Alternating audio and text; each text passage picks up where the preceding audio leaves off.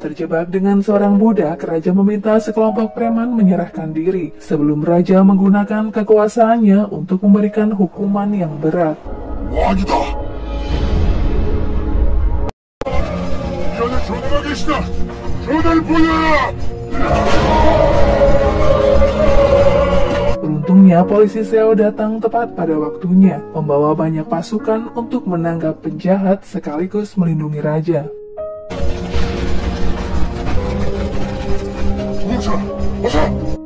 조심하십시오. 그러다 큰 병짓입니다. Dongyi lega karena sekarang ia sudah berada di tempat yang aman.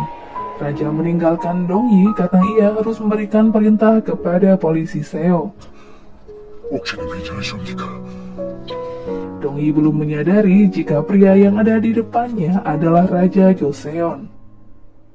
Setelah tertangkapnya penjahat, raja berjanji akan menyelidiki siapa dan apa yang sudah diperbuat seseorang dengan batu lonceng itu. Ia juga berpesan akan memberikan hadiah kepada Dongyi akan keberaniannya mengungkap kasus ini. 물러가게.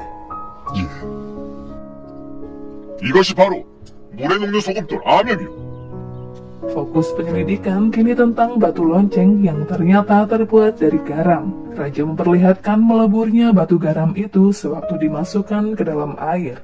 Batu lonceng adalah fondasi yang mengatur semua alat musik. Namun seseorang telah merubahnya menjadi garam padat yang seketika mengubah nada pada sebuah lagu. 나도 이 일의 뒤에 누가 있는지 그것이 무척 궁금하오.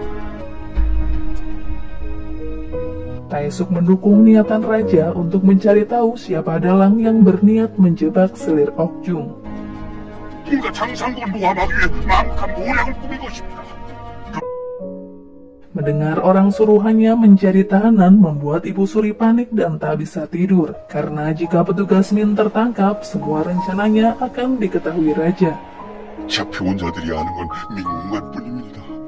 Hingga di suatu malam, petugas Min merasa dikhianati. Ia yang mengira akan meninggalkan ibu kota justru menjadi sasaran pembunuhan. Tak diduga prajurit Tuan Taesuk ternyata mengetahui rencana itu. Mereka menghabisi orang suruhan Ibu Suri dan membawa petugas Min ke suatu tempat.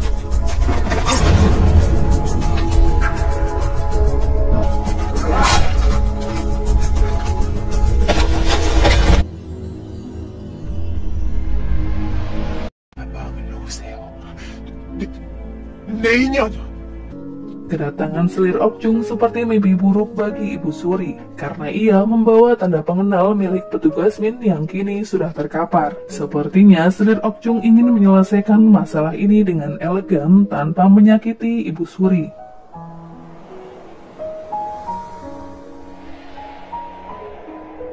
Taesuk memuji kecerdikan selir Okjung karena ia tahu yang saat ini selir pikirkan adalah mengambil hati raja. Raja pasti akan membenci selir Okjung karena ia harus menghukum ibunya sendiri. 허니, 이 일의 마무리는 제가 하겠습니다. Sambil menatap langit, raja kembali mengenang perkataan Ibu Suri beberapa tahun silam. Sedari awal, ia memang menentang menjadikan Jang Okjung sebagai selir. Padahal seorang raja memilih selir bukan hanya karena ia menyukainya, melainkan raja harus menyeimbangkan kedua fraksi. Saat itu, Ibu Suri bersikeras agar raja memilih selir dari fraksi barat. Selir Okjung berterima kasih atas kerja keras raja semalaman membantu mengungkap kasus ini. Namun raja mengatakan jika ada seseorang yang membantunya dan layak mendapatkan penghargaan. 그래, 이 말도 어젯밤에 배운 거다. 알았어, 요지고 가는 거. 그만 잊어버리십시오, 나으리. Tuan Huan menyesal kenapa ia sempat tak mempercayai ucapan Dongyi. Padahal jika ia yang melapor tentunya akan membuatnya naik jabatan. 그럼 설명을 했어야지. 예. Hadiah dari raja benar-benar dikirim ke biro musik. Raja mengadakan perjamuan mewah yang bisa dinikmati semua budak. 시간이 안 나셨다고요.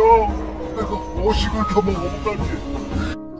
Tak hanya itu, ada hadiah spesial yang raja berikan kepada Dongyi, kantungan kunci yang terbuat dari batu permata putih, emas batangan, dan pakaian yang terbuat dari sutra.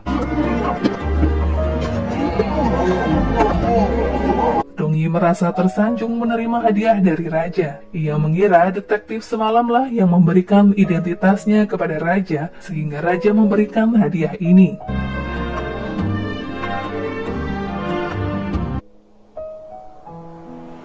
Setelah beberapa tahun berlalu, polisi Seo belum bisa melupakan Hyewon, karena sampai detik ini masih ada yang mengganjal di hatinya setelah Dongyi kecil hilang dari ibu kota. Ia berharap suatu hari nanti bisa dipertemukan dengan Dongyi, sekalipun polisi Seo tak bisa membayangkan seperti apa wajah Dongyi saat ini. 뜻인지요? 이대로 이 사건의 배우가 미궁에 빠지게 됐으니 분 아리께서 더 유난이십니다.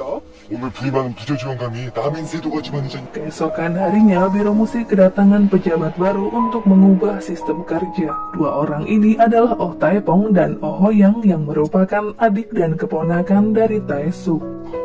이럴 말씀이십니까? 이 착오로 예약의 기본은 Di hari pertama mereka memimpin, anggota Biro Musik tampak tak menyukai keduanya karena kurang berwibawa sebagai pemimpin, ditambah lagi sikap Oh Hoyang yang mata keranjang. Ia bahkan berani menggoda Dongyi dengan menggenggam erat tangannya. 무슨 말이십니까? 참정나 인연이?